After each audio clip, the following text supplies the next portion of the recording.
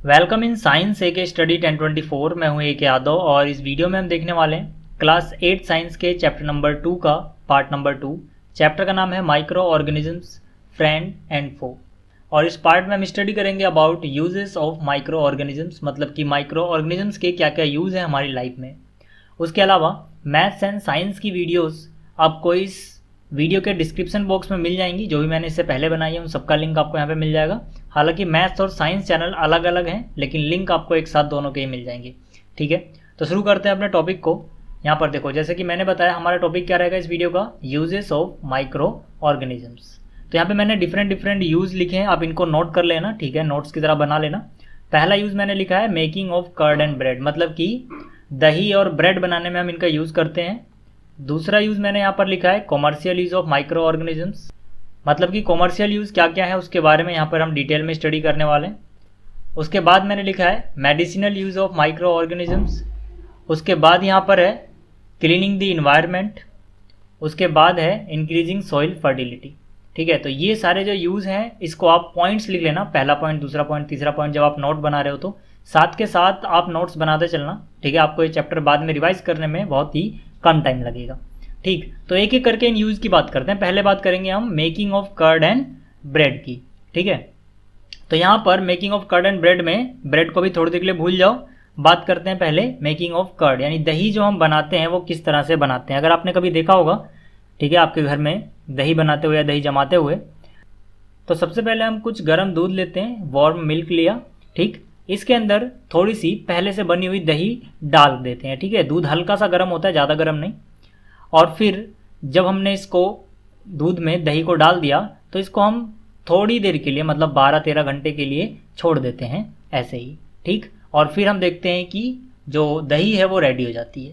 तो जो ये दूध से दही बनी, इसके पीछे की प्रोसेस क्या होती है वो मैं बता देता हूँ। ठीक है, इसको ज़रा ध्यान से देखना, कभी कभी क्वेश्चन आता है कि किस तरह से दूध से दही बनती है। ठीक है, तो साइंटिफिक लैंग्वेज में लिखना है आपको।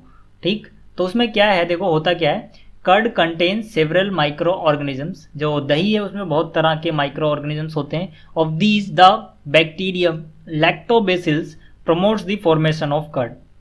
ठीक है, लेकिन जो बाकी के ऑर्गेनिजम्स हैं उनसे भी मतलब नहीं है। जो दही में एक बैक्टीरिया होता है लैक्टोबेसिल्स नाम का, इसका मेन रोल होता है दही को बनाने में। ठीक है, it multiplies in milk and converts it into curd. ठीक है, ये क्या करता है, ये कुछ बैक्टीरिया आपने यहाँ पर डाले, ये मल्टीप्लाई करके अपने नंबर को बढ़ाते रहते हैं। और जो ये लैक्टोबेसिल्स बैक्टीरिया होते हैं इसमें लैक्टिक एसिड प्रोड्यूस करते हैं, जिसकी वजह से दही बन पाती है। तो दही के अंदर इसीलिए लैक्टिक एसिड पाया जाता है।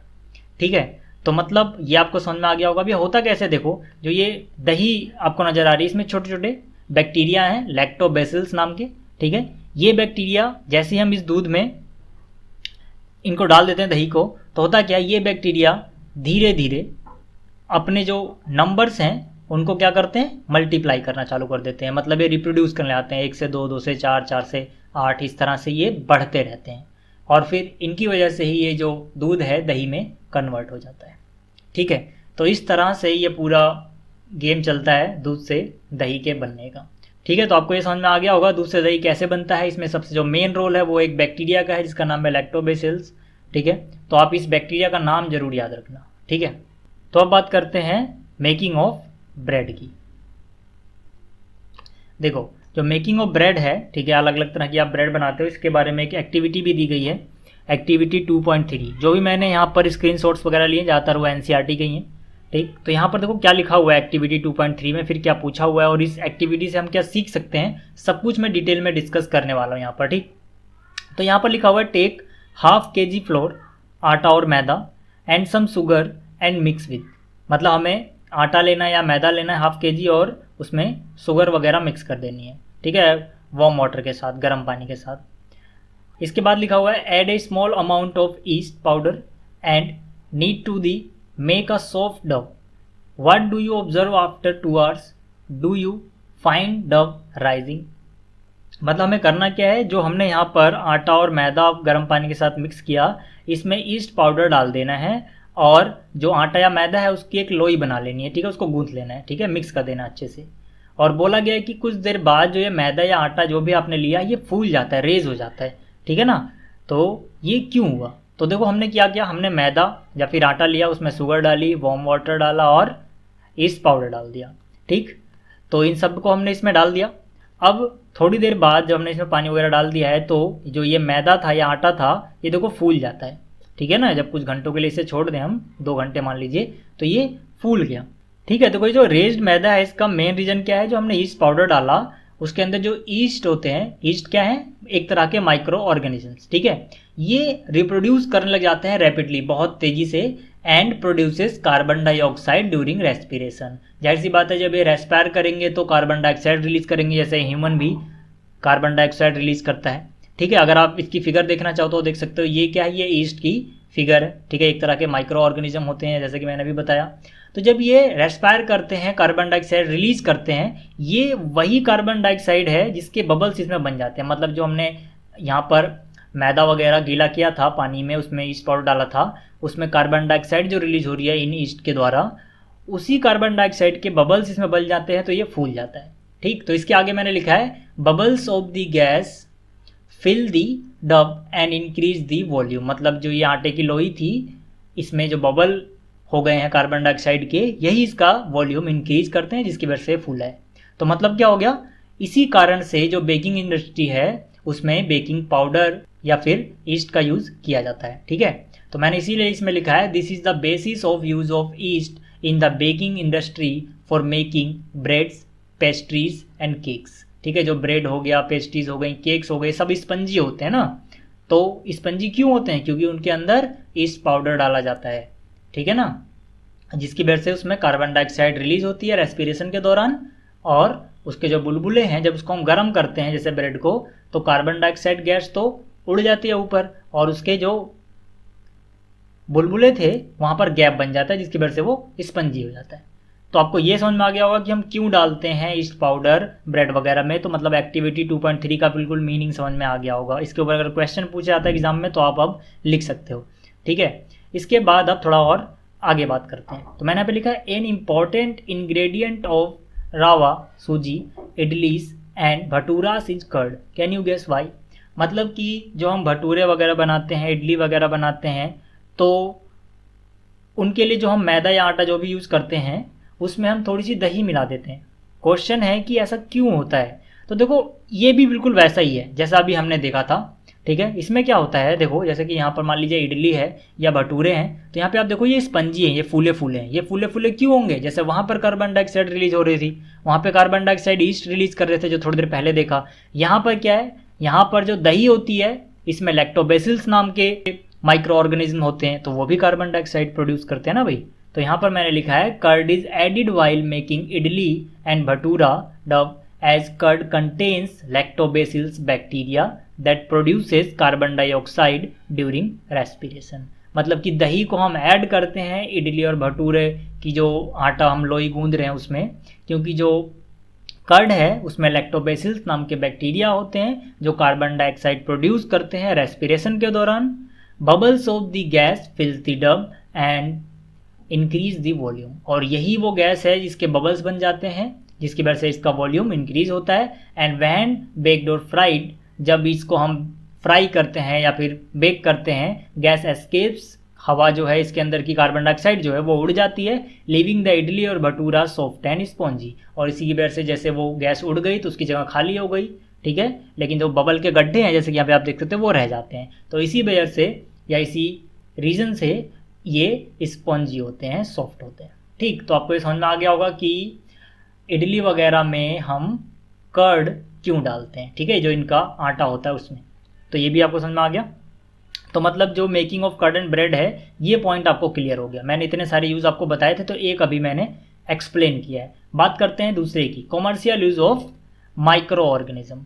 तो कॉमर्शियल यूज़ का मतलब क्या है, व्यापार में इनका हम क्या यूज़ करते हैं, हम क्या ऐसी चीज़ प्रोड्यूस करते हैं जिनसे हम बिजनेस करते हैं, जिसको बेचते हैं। ठीक है, तो इसका आंसर है microorganisms are used for the large scale production of alcohol, wine and acetic acid, यानी कि विनेगर, सिरका बोलते हैं इसको हम। ठीक है ना, सिरका आपने शायद खाया भी हो।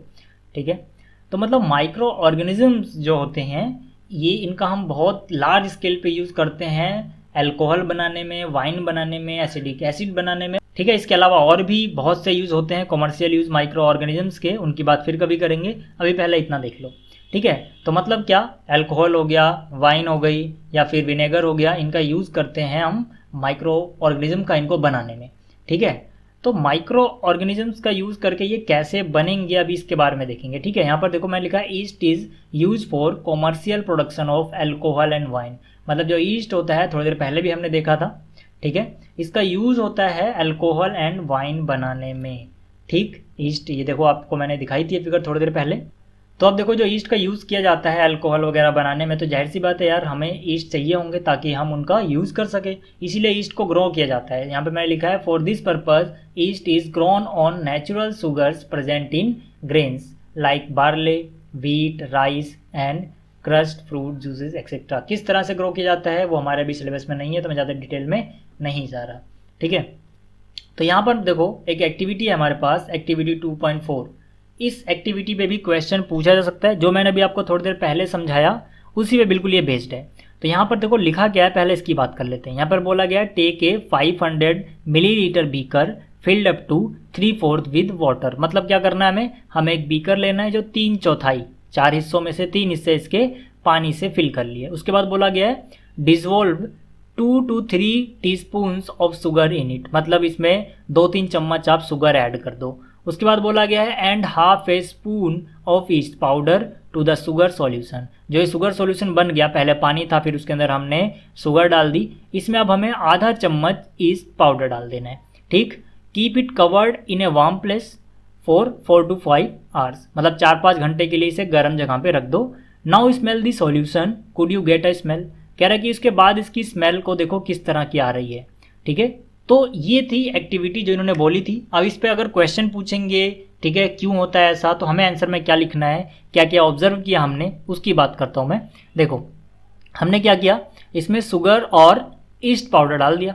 ठीक, थोड़ी देर बाद इसकी स्मेल कैसे आएगी, after 4 or 5 hours the solution has the smell of alcohol. अगर हमसे पूछा जाए कि कैसी स्मेल आती है तो हमें लिखना है एल्कोहल जैसी स्मेल आती है। क्यों आती है उसका रीज़न हमें लिखना है, as sugar has been converted into alcohol by yeast. आपने इसमें ईस्ट पाउडर डाला था 1/2 चम्मच, आपको याद होगा। ठीक है, तो वही जो हमने इसमें, ठीक है, 1/2 चम्मच ईस्ट पाउडर डाला था, तो वहाँ पे जो ईस्ट थे उन्होंने शुगर को अल्कोहल में कन्वर्ट कर दिया। इस प्रोसेस का एक नाम है, क्या नाम है इसका, फर्मेंटेशन। ठीक है, शुगर का ईस्ट की मदद से अल्कोहल में कन्वर्ट कर देना, इस प्रोसेस को हम बोलते हैं फर्मेंटेशन।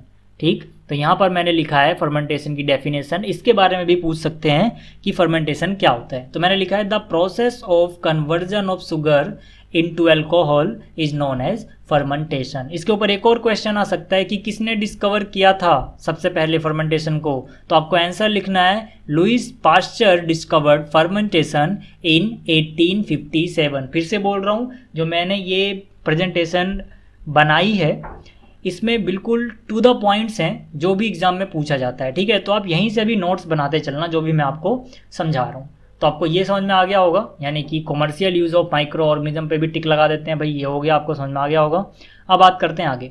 थर्ड यूज़ क्या लिखा मैंने, medicinal use of micro organisms. ठीक, तो इसकी बात कर लेते हैं ज़रा।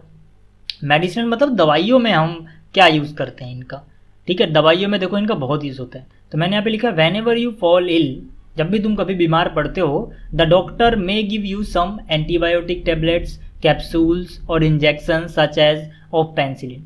ठीक है, मतलब कि जब हम बीमार पड़ते हैं तो डॉक्टर हमें बहुत बार एंटीबायोटिक टैबलेट देता है, कैप्सूल देता है, या कई बार इंजेक्शन भी होती हैं पेनिसिलिन वगैरह के। तो मतलब ये बने कैसे, ये जो एंटीबायोटिक टैबलेट वगैरह बन रहे हैं ना, इनको बनाने में माइक्रो ऑर्गेनिजम्स का ही यूज़ होता है। ठीक, जैसे कि यहाँ पर देखो कुछ एंटीबायोटिक टैबलेट्स के मैंने यहाँ पर फोटो या फिर पिक्चर्स डाल दी हैं। ठीक है, ताकि आपको थोड़ा और ज़्यादा फील आए। ठीक, तो आप इन सबको देख सकते हो। तो ये हैं क्या, ये एंटीबायोटिक कैप्सूल्स हैं, ये पेनिसिलिन इंजेक्शन है। ठीक है, और ये क्या है, एंटीबायोटिक टैबलेट्स हैं। तो मैंने अब लिखा है these medicines kill or stop the growth of the disease causing microorganisms, such medicines are called antibiotics. मतलब कि वो मेडिसिन्स जो या तो बैक्टीरिया वगैरह की ग्रोथ को रोक देती हैं या फिर उन्हें बिल्कुल ही ख़त्म कर देती हैं, उनको हम बोलते हैं एंटीबायोटिक्स। ठीक है। तो एंटीबायोटिक्स क्या होती हैं ये भी आपको समझ में आ गया होगा, या तो ये किल कर देती हैं या उनकी ग्रोथ को रोक देती हैं। ठीक है, तो देखो ये क्या है, ये स्क्रीनशॉट है एनसीईआरटी का। हमें लिखना किस तरह से इस डेफिनेशन को थोड़ा और अच्छे से, तो मैंने यहाँ पे लिखा है एंटीबायोटिक्स की डेफिनेशन हो जाएगी the medicines that kills or stop the growth of the disease causing microorganisms are called antibiotics. मतलब वो मेडिसिन जो या तो मार देती हैं या स्टॉप कर देती हैं ग्रोथ ऑफ दी बैक्टीरिया वगैरह, उनको हम क्या बोलते हैं, उनको हम बोलते हैं एंटीबायोटिक्स। ठीक है, तो इतना आपको समझ में आ गया होगा। आगे बात करते हैं। ठीक है, अब देखो यहाँ पर ये भी एनसीईआरटी का स्क्रीनशॉट है। इसमें क्या लिखा हुआ है, इसमें लिखा हुआ है these days a number of antibiotics are being produced from bacteria and fungi. मतलब कि आजकल हम बहुत से एंटीबायोटिक्स बना रहे हैं जो बैक्टीरिया एंड फंजाई से ही बनाई जाती हैं। ठीक, मतलब कि ये मारती भी बैक्टीरिया वगैरह को ही और बनाई भी किससे जा रही हैं, बैक्टीरिया वगैरह से ही बनाई जा रही हैं। तो मतलब मेडिसिनल यूज़ हो गया ना माइक्रो ऑर्गेनिज्म का। जैसे कि यहाँ पर एग्जाम्पल हैं कुछ दवाइयों के, स्ट्रेप्टोमाइसिन, टेट्रासाइक्लिन एंड इराइथ्रोमाइसिन, ये सब कुछ कॉमनली नॉन एंटीबायोटिक्स हैं। मतलब ये दवाइयों के नाम हैं जो भी यहाँ पर हैं ये तीनों, ठीक है ना, which are made from the fungi and bacteria. ठीक है, आप यहाँ पर देख सकते हो इनकी इमेजेस किस तरह के पैकिंग में ये आती हैं। ठीक, तो ये भी आपको समझ में आ गया होगा। थोड़ा और आगे बात करते हैं। मैंने लिखा है the antibiotics are manufactured by growing specific microorganisms and are used to cure a variety of diseases। मतलब कि जो ये माइक्रो ऑर्गेनिज्म का यूज़ करके बनाई जाती हैं, स्पेसिफिक माइक्रो ऑर्गेनिज्म का, इनका यूज़ हम वैरायटी ऑफ डिजीज़ को क्योर करने में करते हैं। Antibiotics are even mixed with the feed of livestock and poultry to check microbial infection in animals. They are also use to control many plant disease. मतलब क्या है कि जो एंटीबायोटिक्स हैं ये पशुओं के चारे वगैरह में भी मिलाई जाती है, मुर्गी पालन में भी इसका यूज़ किया जाता है एंटीबायोटिक्स का, ताकि वहाँ पर माइक्रोबियल इन्फेक्शन ना हो या फिर उनको कम किया जा सके। और बहुत सारे प्लांट्स की जो डिजीज हो जाती हैं, जैसे पौधों में कीड़े लगना और भी बहुत सी प्रॉब्लम्स होती हैं फसलों में, वहाँ पर भी इनका यूज़ किया जाता है। ठीक है, तो ये भी आपको समझ में आ गया होगा। यहाँ पे आप फिगर देख सकते हो, इनके चारे में मिलाई जाती हैं। इसके बाद देखो यहाँ पर एक और स्क्रीनशॉट लगाया मैंने एनसीईआरटी का ही, इसको भी समझाना जरूरी है। तो यहाँ पर देखो मैं समझा देता हूँ इसमें क्या लिखा हुआ है। इसमें लिखा है in 1929 Alexander Fleming was working on a culture of disease causing bacteria. मतलब क्या है कि ये जो अलेक्जेंडर फ्लेमिंग थे ये 1929 में स्टडी कर रहे थे या वर्क कर रहे थे किसी बीमारी के ऊपर जो बैक्टीरिया से फैलती थी। ठीक, suddenly he found the spores of a little green mould in one of his culture plate. तो इन्होंने क्या देखा अचानक से कि देखो जैसे इन्होंने अलग अलग बैक्टीरियाज या फिर अलग चीज़ों के सैंपल अलग अलग प्लेट पे रखे हुए थे, तो उसमें से एक में इन्हें ग्रीन मोल्ड नज़र आया। He observe that the presence of mould prevented the growth of bacteria. उन्होंने क्या देखा कि जो ये ग्रीन मोल्ड था इसने बहुत सारे बैक्टीरिया को प्रिवेंट कर दिया, उनकी ग्रोथ नहीं बढ़ पा रही है अब। In fact it also killed many of this bacteria, यहाँ तक कि इसने बहुत सारे बैक्टीरिया को मार भी दिया। ग्रीन मोल्ड क्या है, ग्रीन मोल्ड भी एक तरह का माइक्रो ऑर्गेनिज्म है। जैसे कि आपने देखा होगा बहुत सारे कपड़ों पे या लकड़ी की चीज़ों पे फफूंद लग जाती है, तो ये एक तरह का ऑर्गेनिज्म है जिसकी वजह से फफूंद लगती है। ठीक है ना, फफूंद बोलते हैं इसको हिंदी में। तो इन्होंने क्या देखा कि ये जो फफूंद था, जो ग्रीन मोल्ड था, ये बहुत सारे बैक्टीरिया को किल कर सकता है। From this the mould penicillin was prepared, और इसी से जो ये मोल्ड था इससे पेंसिलिन बनाई गई। पेंसिलिन क्या है, एक एंटीबैक्टीरियल ड्रग है। ठीक है, तो यहाँ पर क्या है, मोल्ड से जो पेंसिलिन बनाई गई थी वो कुछ इस तरह की प्लेट थी जिस पे इन्होंने देखा था कि भाई जो ग्रीन मोल्ड थे वो बैक्टीरिया को मार रहे हैं। ठीक है, इसके बाद मैंने यहाँ पे लिखा है using the penicillin moulds, penicillin mould का यूज़ करके different antibiotics like penicillin G, penicillin V, procaine, penicillin and benzathine penicillin are prepared. तो मतलब जो ये पेंसिलिन मोल्ड डिस्कवर किए, इनसे बहुत सारी पेंसिलिन, बहुत सारी टाइप की पेंसिलिन आजकल हम बनाते हैं। ठीक है, और क्वेश्चन ये भी आ सकता है हु डिस्कवर्ड पेंसिलिन, तो आपको लिखना है अलेक्जेंडर फ्लेमिंग। ठीक, तो आपको ये समझ में आ गया होगा। एक इम्पॉर्टेंट बात मैं आपको बता दूं, it is important to remember that antibiotics should be taken only on the advice of qualified doctor. ठीक है, मतलब इसको हम ये नहीं है कि खुद की मर्जी से हमें पता है कि ये एंटीबायोटिक है तो इसको हम खुद से यूज़ करने लग जाएं। बिना डॉक्टर की सलाह के हमें इनका यूज़ नहीं करना चाहिए, क्योंकि बहुत सारी बातें हैं जो हमें नहीं पता होती और हो सकता है हमें फ़ायदे की बजाय नुकसान कर जाए। ठीक है, तो आपको याद रखना है कि बिना डॉक्टर की सलाह के हमें कोई भी ऐसी दवाई वगैरह यूज़ नहीं करनी चाहिए। ठीक, तो इतना आपको क्लियर हो गया होगा। अगला जो हमारा टॉपिक है वो है वैक्सीन। ये भी medicinal use of micro organisms के अंडर ही आता है, क्योंकि जो हम वैक्सीन बनाते हैं वो माइक्रो ऑर्गेनिजम्स की हेल्प से ही बनाते हैं। ठीक है, आप लोग जानते हैं कि आजकल कोरोना चल रहा है, तो दुनिया भर के जो साइंटिस्ट हैं वो वैक्सीन की खोज में लगे हुए हैं, ऐसी वैक्सीन जो कोरोना वायरस से हमें आज़ादी दिला पाए। ठीक, तो वैक्सीन होती क्या है? देखो पहले आप ये समझो कि जो हमारी बॉडी है वो किसी भी बीमारी से लड़ती कैसे है। जैसे ही कोई ऐसा माइक्रो ऑर्गेनिज्म हमारी बॉडी के अंदर आया जो हमें बीमार कर सकता है, तो हमारी बॉडी क्या करती है? तुरंत एंटीबॉडीज़ प्रोड्यूस करनी शुरू करती है। ठीक है, जैसे जैसे एंटीबॉडीज़ समझ लो हमारी बॉडी के रक्षक हैं। ठीक है ना, जो बाहर से आने वाले कीटाणुओं से लड़ाई करेंगी। ठीक, अब ये एंटीबॉडीज़ क्या करती हैं? ये इन बैक्टीरिया या वायरस जो भी बाहर से आया है, ठीक है ना, उनसे फाइट करना शुरू करती है। अब इसमें क्या होता है कि अगर हमारी जो एंटीबॉडीज़ है वो ज़्यादा मात्रा में बनी है, ज़्यादा तगड़ी है, तो वो इनको मार देगी। ठीक, और एक बार अगर इनसे फाइट करते हुए हमारी एंटीबॉडी जीत गई, तो जो हमारी बॉडी है, हमारा जो शरीर है, वो कुछ इस तरह से बना हुआ है कि फिर मेमोरी सेल्स बन जाती हैं जो ये याद रखती हैं कि पिछली बार जब इन्होंने हमला किया था हमारी बॉडी पे, तो एंटीबॉडीज़ किस तरह से इनसे फाइट की थी। ठीक, तो मतलब कि अगर एक बार हरा दिया हमने, एक बार हमने इनको हराना सीख लिया, तो फ्यूचर में जब भी हमें ये बीमारी वाले बैक्टीरिया, वायरस जो भी है आएंगे, तो हमारी जो बॉडी है वो पहली बार वाली फाइट से सीख के वो तरीके अपना के फिर दोबारा से इनको आसानी से हरा देगी। मतलब एक बार हराना सीख लिया तो बार बार हरा सकते हैं। तो वैक्सीन जो होती है वो कुछ इसी कॉन्सेप्ट पे काम करती है। वैक्सीन में क्या होता है? देखो मैंने यहाँ पे लिखा है या फिर स्क्रीनशॉट में लिखा हुआ है, when a disease carrying microbe enters और बॉडी। जो मैंने अभी आपको यहाँ पर समझाया वही सब कुछ यहाँ पे लिखा हुआ है, आपको आसानी से समझ में आ जाएगा। यानी जब भी डिजीज कैरिंग माइक्रोब एंटर करते हैं हमारी बॉडी में, द बॉडी प्रोड्यूसेस एंटीबॉडीज। तो हमारी बॉडी क्या करती है? एंटीबॉडीज प्रोड्यूस करना शुरू कर देती है टू फाइट दी इन्वेडर, जो भी बाहर से आया उससे फाइट करने के लिए। The body also remembers how to fight the microbe if it enters again. जैसे कि मैंने कहा था कि एक बार अगर हम जीत गए तो बॉडी रिमेंबर रखती है मेमोरी सेल्स में कि हम दोबारा इनसे कैसे फाइंड आउट करेंगे। यहाँ पर मेमोरी सेल कहने का मतलब हमारे दिमाग की मेमोरी नहीं है, याद रखना आप। ठीक है ना, ये मेमोरी सेल्स अलग से बनाते हैं, आप बड़ी क्लास में पढ़ोगे। तो यहाँ पर है, so if dead or weakened microbes are introduced in a healthy body, the body fights and kills them by producing suitable antibodies. अब देखो ये जो कॉन्सेप्ट है ना डेड एंड वीकेंड माइक्रोब्स का, ये बहुत इंपॉर्टेंट कॉन्सेप्ट है वैक्सीन के मामले में।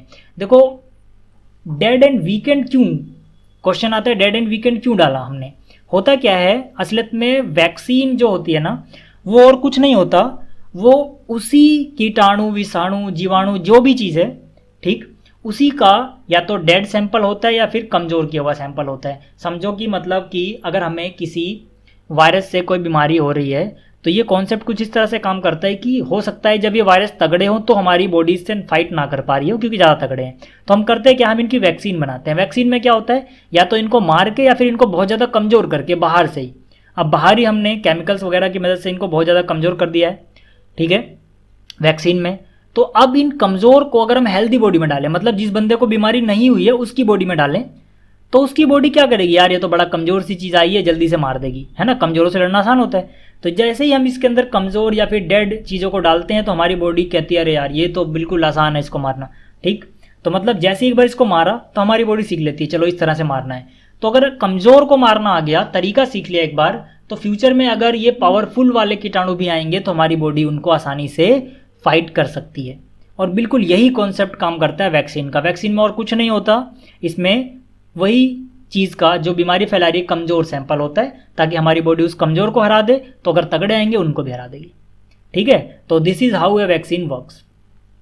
इसके बाद मैंने लिखा है several diseases including cholera, tuberculosis, small pox and hepatitis can be prevented by vaccination. मतलब कि जो ये बीमारियां जिनका मैंने यहाँ पे नाम लिया, इनकी वैक्सीन हम तैयार कर चुके हैं, ठीक है, और वैक्सीनेशन से इनको हम प्रिवेंट कर सकते हैं, ठीक। स्मॉल पॉक्स की फिगर देख सकते हो, ठीक है, इंडिया में इसको छोटी माता बोला जाता है। तो अब देखो अगला जो क्वेश्चन है आपकी एनसीईआरटी के पार्ट में इसमें बोला गया why are children infants given vaccination. ठीक है, चिल्ड्रन यानी बच्चे, इन्फेंट्स माने नवजात शिशु, बहुत छोटे बच्चे। ठीक है, तो कह रहे हैं कि जो चिल्ड्रन हैं, इन्फेंट्स हैं, इनको हम वैक्सीनेशन क्यों देते हैं। तो सिंपल सी बात है यार, चिल्ड्रन या फिर infants are given vaccination because several diseases including cholera, tuberculosis, smallpox and hepatitis can be prevented by vaccination। जैसे कि मैंने कहा यार, वैक्सीन में क्या होता है, ये बहुत कमज़ोर कीटाणु या विषाणु जो भी बीमारी को फैला रहे हैं वो होते हैं। तो अगर ये कमज़ोर हैं तो इनसे लड़ना आसान होता है। और जो बच्चे होते हैं, इन्फेंट्स होते हैं, उनकी तो इम्यूनिटी पावर मतलब रोगों से लड़ने की क्षमता, एंटीबॉडीज़ बनाने की क्षमता। ठीक है, तो बच्चों में ये क्षमता बहुत कम होती है, इसीलिए उनको पहले ही वैक्सीनेशन दे दिया जाता है ताकि उनको ये बीमारियां ना हो। ठीक है, और अगर कुछ डिजीज़ कॉजिंग एलिमेंट बाहर से आते भी हैं उनकी बॉडी में तो उनकी बॉडी आसानी से लड़ पाए। ठीक है, इसीलिए बच्चों को या इन्फेंट्स को वैक्सीनेशन दिया जाता है। ठीक है, तो आपको एक बात और याद रखनी है, एडवर्ड जेनर ने डिस्कवर किया था वैक्सीन फॉर स्मॉल पॉक्स इन 1798। 1798 में इन्होंने स्मॉल पॉक्स की वैक्सीन डिस्कवर की थी। ठीक, अब देखो यहाँ पर जो ये पैराग्राफ इतना बड़ा लिखा है, पूरा पढ़ के नहीं दिखा रहा, इसमें आप इस इमेज को देखो, आपको समझ में आ जाएगा ये किसके बारे में है। ये है कि जब आप छोटे थे तो आपने ज़रूर पल्स पोलियो प्रोग्राम के बारे में सुना होगा। इसमें क्या है, पोलियो की डोजेज दी जाती थी। ठीक है, जिससे वो हमें जो बीमारी है पोलियो वो ना हो। ठीक है, बचपन में आपने ज़रूर इसके बारे में सुना होगा, पल्स पोलियो प्रोग्राम के बारे में। इस पैराग्राफ में यही सब लिखा हुआ है। ठीक, इसके बाद मैं लिखा है these days vaccine are made on large scale from microorganisms to protect humans and other animals from several diseases. मतलब आज के टाइम पे हमारी साइंस इतनी विकसित हो चुकी है कि हमारे पास बहुत सारी वैक्सीन्स हैं जो माइक्रो ऑर्गेनिजम्स की मदद से बनाई गई हैं, जो ह्यूमन को प्रोटेक्ट करती हैं। और अगर सब कुछ सही रहा तो जल्दी हमारे पास कोरोना की वैक्सीन आ जाएगी। ठीक है, तो आप देखो इसके आगे medicinal use of micro organism हो गया। अब इसके बाद क्या है, क्लीनिंग द इन्वायरमेंट। ठीक है, मतलब कि इन्वायरमेंट को क्लीन रखने के लिए जो माइक्रो ऑर्गेनिज्म है वो किस तरह से लाभदायक हैं, उपयोगी हैं, यूजफुल हैं, उसकी बात हम करने वाले हैं अब यहाँ पर। ठीक, तो क्लीनिंग द इन्वायरमेंट में यहाँ पर फिर से एक एक्टिविटी है 2.5। अगर आप इसको समझ लेते हो तो आपको आसानी समझ में आ जाएगा कि इन्वायरमेंट को क्लीन करने में इनका क्या रोल है। ठीक, तो यहाँ पे लिखा हुआ है take 2 pots and fill each pot half with soil. मतलब कि हमें करना क्या है, हमें 2 पोट लेने, मान लेते हैं पोट ए है ये और एक दूसरा हमने पोट लिया पोट बी। ठीक है, दोनों में आधे आधा मिट्टी भर देनी है, आधे ये जो पोट हैं भर देने हैं मिट्टी से। ठीक है, सॉइल से। इसके बाद लिखा है put plant waste in pot A and things like polythene bags, empty glass bottles and broken plastic toys in pot B.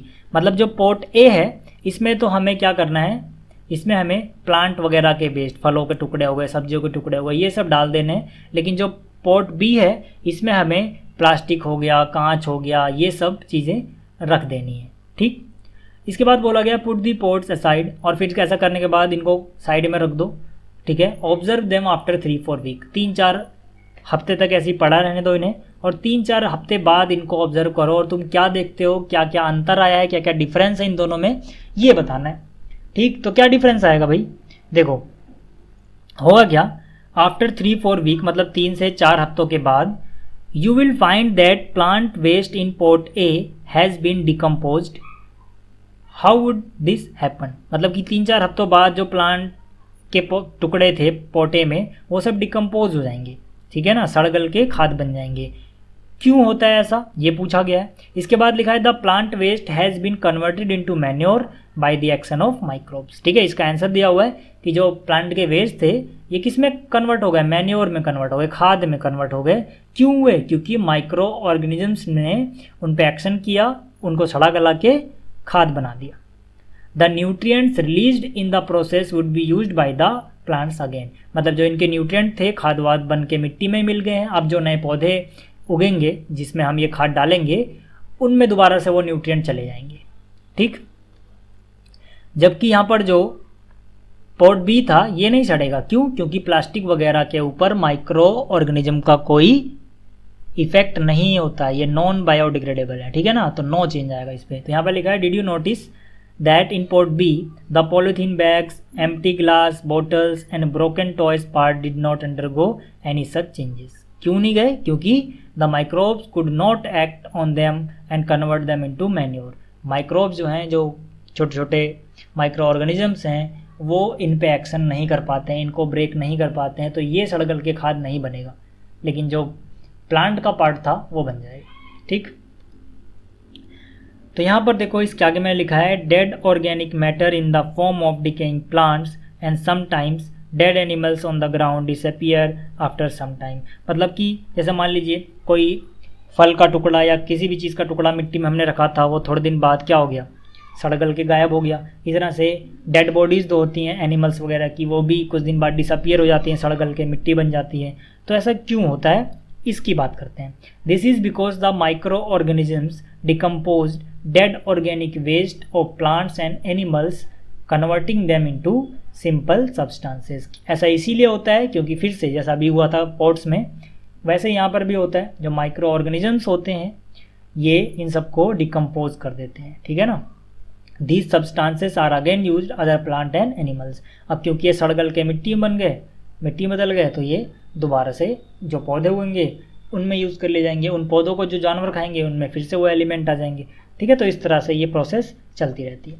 तो यहाँ पे मैंने लिखा है 10 microorganisms can be use to degrade the harmful and smelly substances thereby clean up environment. तो इस तरह से जो माइक्रो ऑर्गेनिजम्स हैं, ये जो सड़ गल रही हैं चीज़ें, इनको जल्दी से सड़ा गला के मिट्टी खाद में बना देते हैं, तो इससे जो बुरी स्मेल है इन सब के आने की प्रॉब्लम ख़त्म हो जाती है, ठीक है ना, क्योंकि जल्दी से सड़ गल के खाद बन जाता है। तो इस तरह से जो माइक्रो ऑर्गेनिज्म है वो क्लीन रखते हैं हमारे इन्वायरमेंट को, ठीक।